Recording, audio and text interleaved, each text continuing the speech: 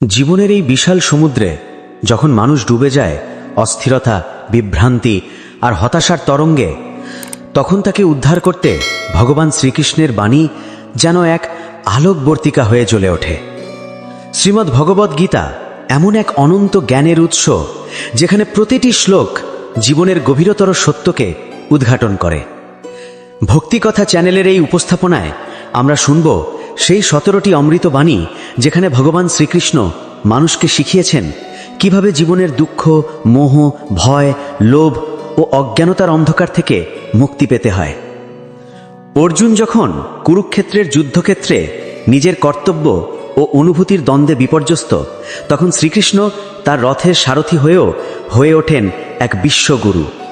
তিনি জানিয়েছিলেন, জীবন শুধুমাত্র কর্ম নয়, এটি এক আধ্যাত্মিক সাধনা।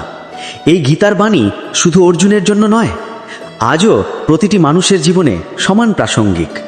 কারণ আমরা প্রত্যেকেই জীবনের যুদ্ধক্ষেত্রে দাঁড়িয়ে আছি, যেখানে প্রতিদিনই মুখোমুখি হচ্ছি দায়িত্ব, সম্পর্ক, আকাঙ্ক্ষা আর সিদ্ধান্তের সংঘর্ষে। ভগবান শ্রীকৃষ্ণ আমাদের শেখান যে মানুষ যখন নিজের অন্তরের শুদ্ধতাকে উপলব্ধি করতে পারে, তখনই সে বুঝতে পারে জীবনের প্রকৃত অর্থ। গীতার মূল সুর হল, কর্ম করো কিন্তু ফলের আসক্তি রেখো না। এই কথাটি শুধু দার্শনিক ভাবনা নয়, বরং এক জীবন্ত সত্য।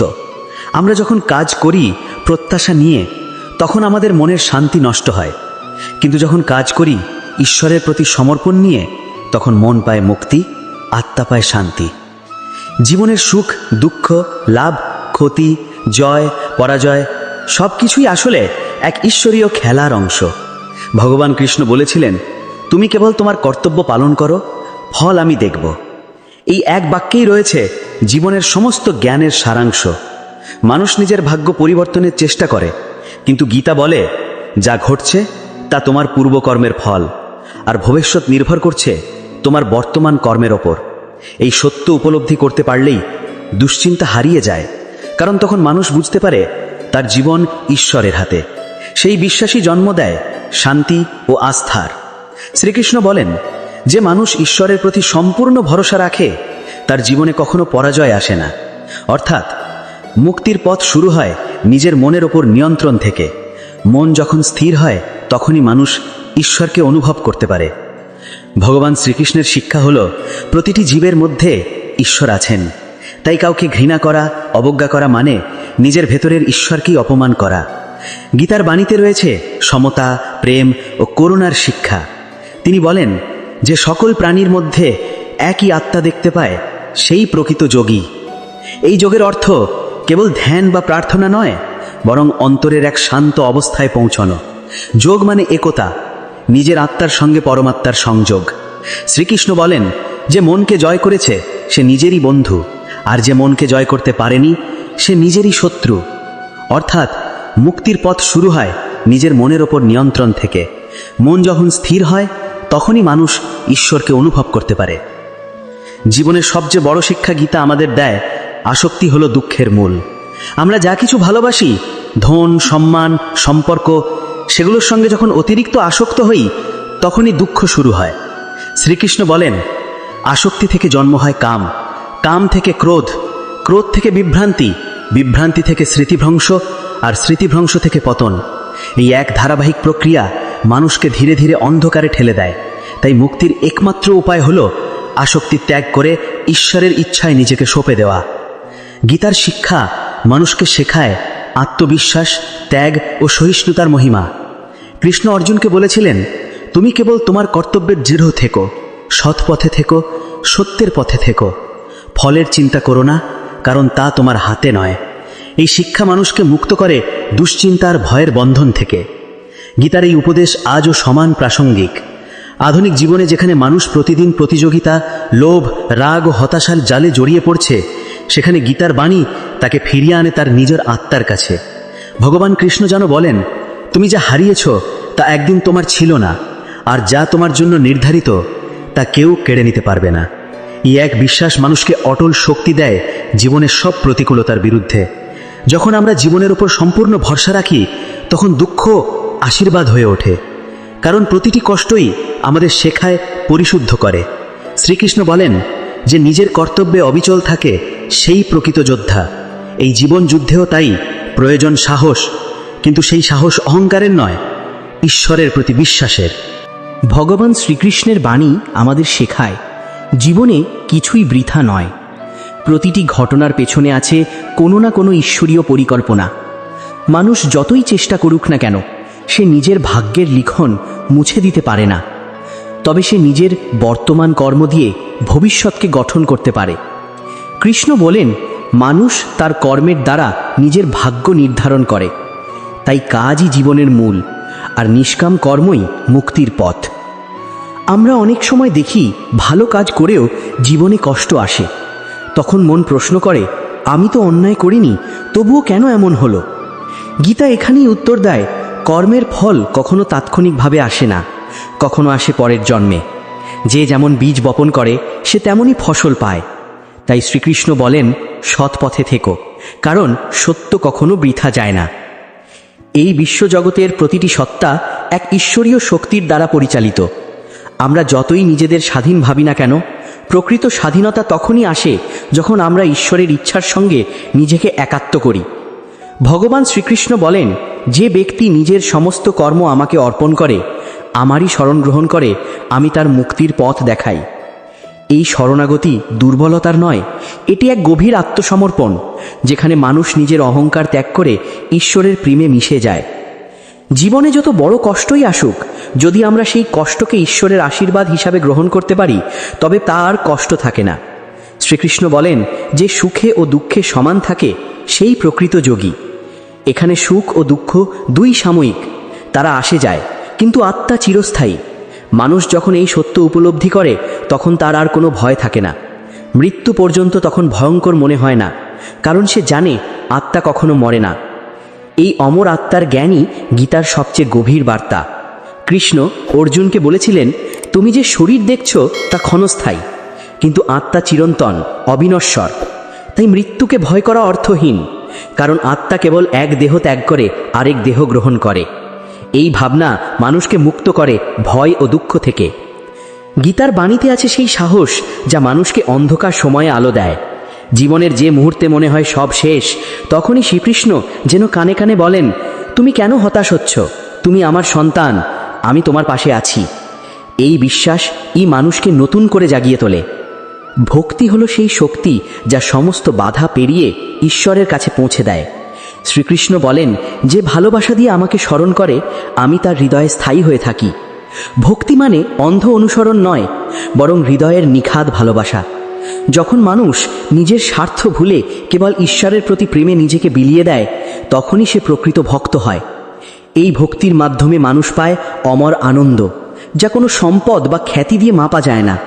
গীতায় কৃষ্ণ বলেন, যে ভক্ত একান্তভাবে আমার প্রতি নিবেদিত, আমি তার দুঃখ দূর করি এবং তাকে মুক্তি দিই। এই মুক্তি কেবল জন্মমৃত্যুর চক্র থেকে নয়, মনের সমস্ত বন্ধন থেকেও। জীবনে যতই দুঃখ, ভয় বা অনিশ্চয়তা থাকুক, যদি আমরা সেই মুহূর্তে গীতার একটা বাণী মনে রাখি, যা ঘটছে তা ঈশ্বরের ইচ্ছায় ঘটছে, তাহলে আমাদের মন শান্ত হয়ে যায়। কারণ তখন আমরা বুঝতে পারি আমরা নই নিয়ন্ত্রক, ঈশ্বরই আমাদের পরিচালনা করছেন। ভগবান শ্রীকৃষ্ণের 17টি মূল্যবান উপদেশ আসলে জীবনের প্রতিটি দিককে ছুঁয়ে যায়। তিনি শিখিয়েছেন সত্যের পথে থাকা, আত্মনিয়ন্ত্রণ, করুণা, নম্রতা, ধৈর্য এবং বিশ্বাসের গুরুত্ব। এই গুণগুলো মানুষকে পরিপূর্ণ করে তোলে। গীতার শিক্ষা আমাদের বলে, বাইরের জগতে নয়, শান্তি খুঁজে নিতে হবে নিজের অন্তরে। যে মানুষ নিজের অন্তরের ঈশ্বরকে অনুভব করতে পারে, তার জীবন বদলে যায়। সে তখন বুঝতে পারে সুখ বা দুঃখ কোনো কিছুই স্থায়ী নয়, কিন্তু ঈশ্বরের ভালোবাসা চিরন্তন। শ্রীকৃষ্ণ বলেন, যে ভক্ত আমার উপর নির্ভর করে, আমি তার সমস্ত চিন্তা নিজে গ্রহণ করি। এই কথাটি যত গভীরভাবে অনুভব করা যায়, ততই জীবনের বোঝা হালকা হয়। আমরা প্রায়ই চাই আমাদের জীবন যেন আমাদের মতো করে চলে, কিন্তু গীতা শেখায়, তুমি তোমার কর্তব্য করো আর ফলের চিন্তা ঈশ্বরের হাতে ছেড়ে দাও, কারণ ফলের ওপর তোমার কোনো অধিকার নেই। এই শিক্ষা মানুষকে মুক্ত করে দুশ্চিন্তা থেকে। যখন আমরা ফলের চিন্তা ছেড়ে দিই, তখনই মন স্থির হয়, আর যখন মন স্থির হয়, তখনই আত্মা জাগে। গীতার আরেকটি গভীর শিক্ষা হলো অহংকার ত্যাগ। শ্রীকৃষ্ণ বলেন, অহংকারী মানুষকে পতনের দিকে নিয়ে যায়।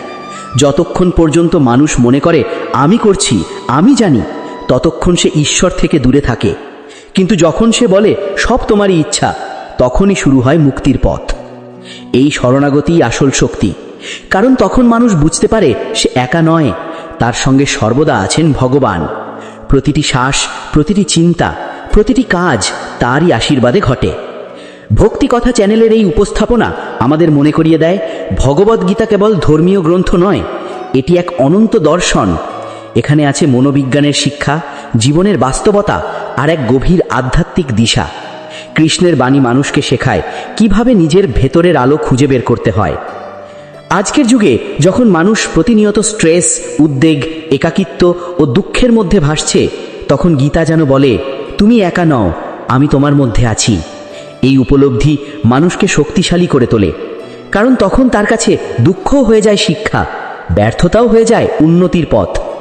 গীতার প্রতিটি বাণী যেন এক জীবন্ত শক্তি, যা অন্ধকারকে আলোর দিকে নিয়ে যায়।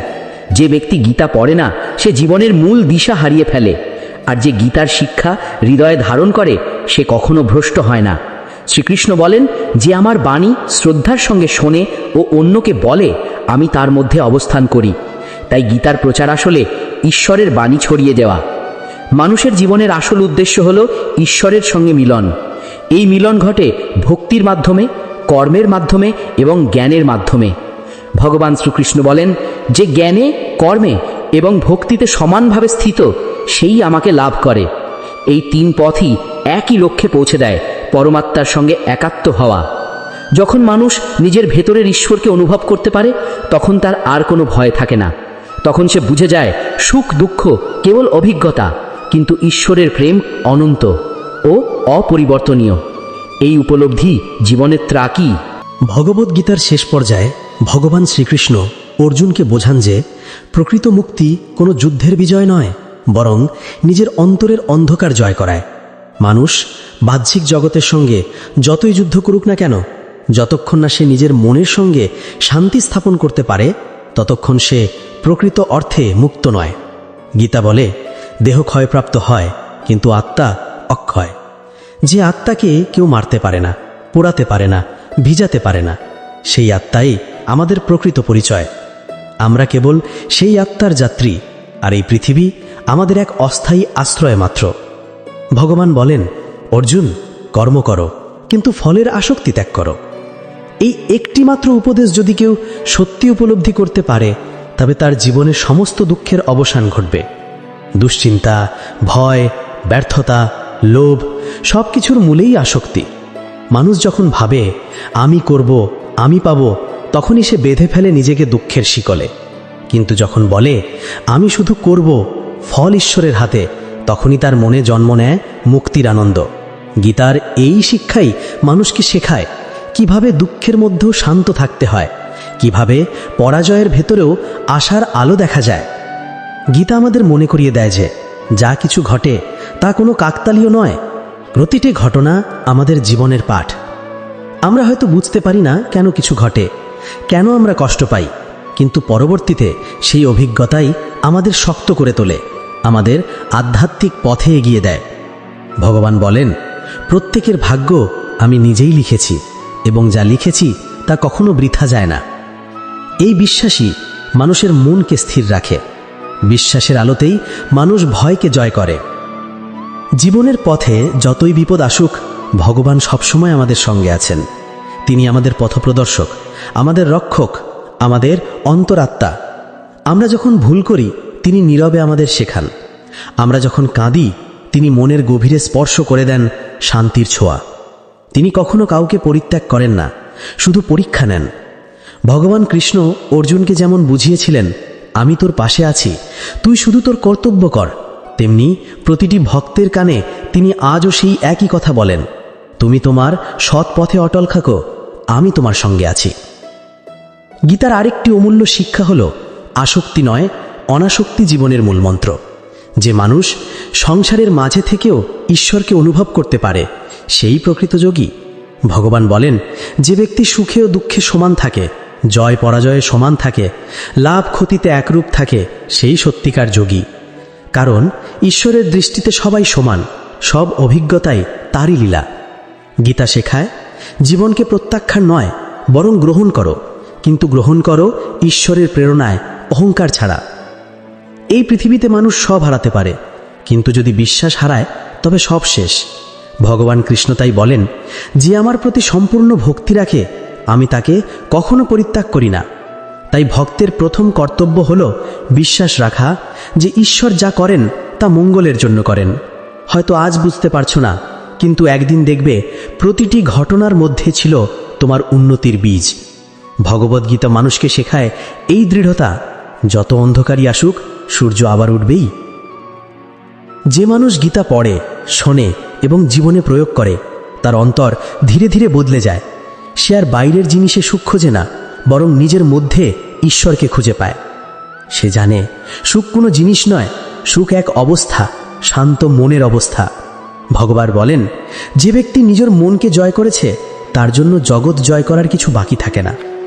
তাই গীতার বার্তা হলো, নিজেকে জানো, নিজেকে জয় করো, তাহলেই সব কিছু জয় হবে।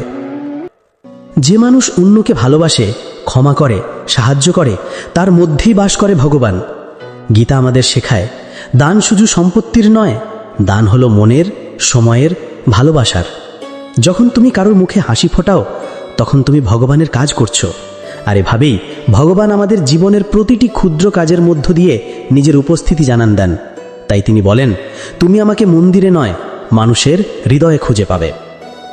অর্জুনের যুদ্ধ ছিল বাইরের যুদ্ধ, কিন্তু আমাদের যুদ্ধ মনের ভিতর। সন্দেহ, ভয়, হতাশা এরা সবাই আমাদের অন্তরের কৌরব। আর সেই কৌরবদের জয় করতে আমাদের দরকার কৃষ্ণের দিক নির্দেশনা, অর্থাৎ গীতার জ্ঞান। যে ব্যক্তি গীতার বাণী হৃদয়ে ধারণ করে তার জীবনে কোনো বিভ্রান্তি থাকতে পারে না। সে জানে প্রতিটি মুহূর্ত ঈশ্বরের পরিকল্পনা, প্রতিটি কষ্ট এক একটি শিক্ষা। গীতা শেষ হয় এক চিরন্তন সত্য দিয়ে, অর্থাৎ সব ধর্ম, সব রীতি, সব অহংকার ছেড়ে আমাকে সমর্পণ করো। এই সমর্পণ মানে দুর্বলতা নয়, বরং সর্বোচ্চ শক্তির প্রকাশ। যে ব্যক্তি নিজেকে ভগবানের হাতে সমর্পণ করে সে আর কোনো ভয় পায় না, কারণ সে জানে তার জীবনের রথের সারথি স্বয়ং কৃষ্ণ। গীতা কেবল এক ধর্মগ্রন্থ নয়, এটি এক জীবন দর্শন। এটি শেখায় কিভাবে দুঃখে দৃঢ় থাকতে হয়, কিভাবে অন্যায় দেখে নীরব না থেকে সঠিক পথে চলতে হয়, এবং কিভাবে ঈশ্বরের সঙ্গে যোগাযোগ স্থাপন করতে হয়। গীতা হলো সেই আলো যা অন্ধকার হৃদয়ে জ্বালায় চিরন্তন জ্যোতি। এইভাবেই ভগবান শ্রীকৃষ্ণের অমৃতবাণী আমাদের শেখায়, জীবনের সত্য অর্থ, কর্ম করো কিন্তু ফলের আসক্তি রেখো না, ভালোবাসো কিন্তু অহংকার ছাড়া, বাঁচো কিন্তু ঈশ্বরের আশ্রয়ে। বন্ধুরা, এই শিক্ষায় যদি আমরা হৃদয়ে ধারণ করি তাহলে জীবনের সমস্ত অন্ধকার দূর হবে এবং আমরা খুঁজে পাব সেই অনন্ত শান্তি যা ভগবান শ্রীকৃষ্ণ আমাদের জন্য রেখে গেছেন। এই আধ্যাত্মিক বার্তা যদি আপনার মনে শান্তি আনে তাহলে ভক্তি কথা চ্যানেলটি সাবস্ক্রাইব করে ভক্তিময় জীবনের সঙ্গে যুক্ত থাকুন। প্রতিটি বাণী, প্রতিটি গল্প আপনার জীবনে আনুক নতুন আলোর স্পর্শ। ভগবান শ্রীকৃষ্ণের কৃপা সর্বদা আপনার সঙ্গে থাকুক। জয় শ্রীকৃষ্ণ।